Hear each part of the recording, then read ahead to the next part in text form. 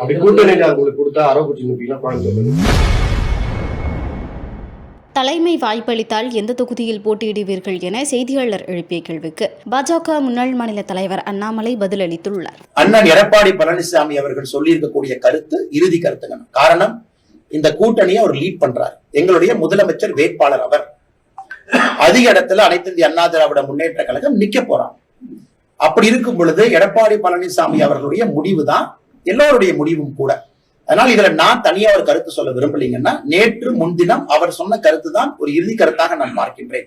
அதன் பிறகு ஏதாச்சும் மாற்றம் இருக்குன்னா ஆனால் எடப்பாடி பழனிசாமி அவங்க சொல்லுவாங்க. ஆனா நீங்க தமிழக வெற்றி கழகத்தை பத்தி பேசுறீங்க, மீட்டிங் நாம யாரும் கூப்பிடல, நம்முடைய மாவட்ட செயலாளர்கள் மீட்டிங்க்கு நாங்க யாரும் கூப்பிடலீங்கன்னா, அனைத்து இந்திய அண்ணா திராவிட கழகத்தினுடைய மாவட்ட செயலாளர்களோ பாரதிய ஜனதா கட்சியினுடைய மாவட்ட செயலாளர்களோ நாங்க மீட்டிங் கூப்பிடல.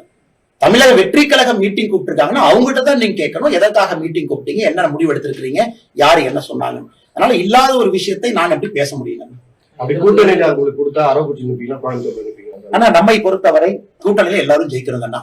234 ஜெயிக்கணும். நான் இன்னைக்கு சொல்லிட்டேன், கட்சி இந்த பொறுப்பு கொடுத்திருக்கு. இன்னைக்கு நாம எம்ஆர்வி அண்ணனோடு கைகோர்த்து கரூர்ல இருக்கோம். இந்த வாரம் அடுத்த வாரம் அண்ணனோடு நானும் ஜாயிண்ட் கேம்பெயினிங் கரூர்ல வரப்போறேன். அண்ணன் எங்க போறாங்களோ அவங்க ஸ்கெடியூலை பார்த்துட்டு நாங்க வரப்போறோம். தொண்டர்கள் எல்லாம் ஒன்றாக இருக்க போகின்றோம். நேரமும் காலமும் வரும் பொழுது பேசுவாங்கன்னா, இன்னும் நோட்டிபிகேஷன் வர்றதுக்கு என்ன 14 நாள் இருக்குங்க. 30ஆம் தேதி தான் நோட்டிபிகேஷன், ஃபர்ஸ்ட் டே ஆஃப் நாமினேஷனே வருதுங்க. செய்திகளை உள்ளது உள்ளபடி தெரிந்து கொள்ள ரெஃப்ளெக்ட் நியூஸை சப்ஸ்கிரைப் பண்ணுங்க.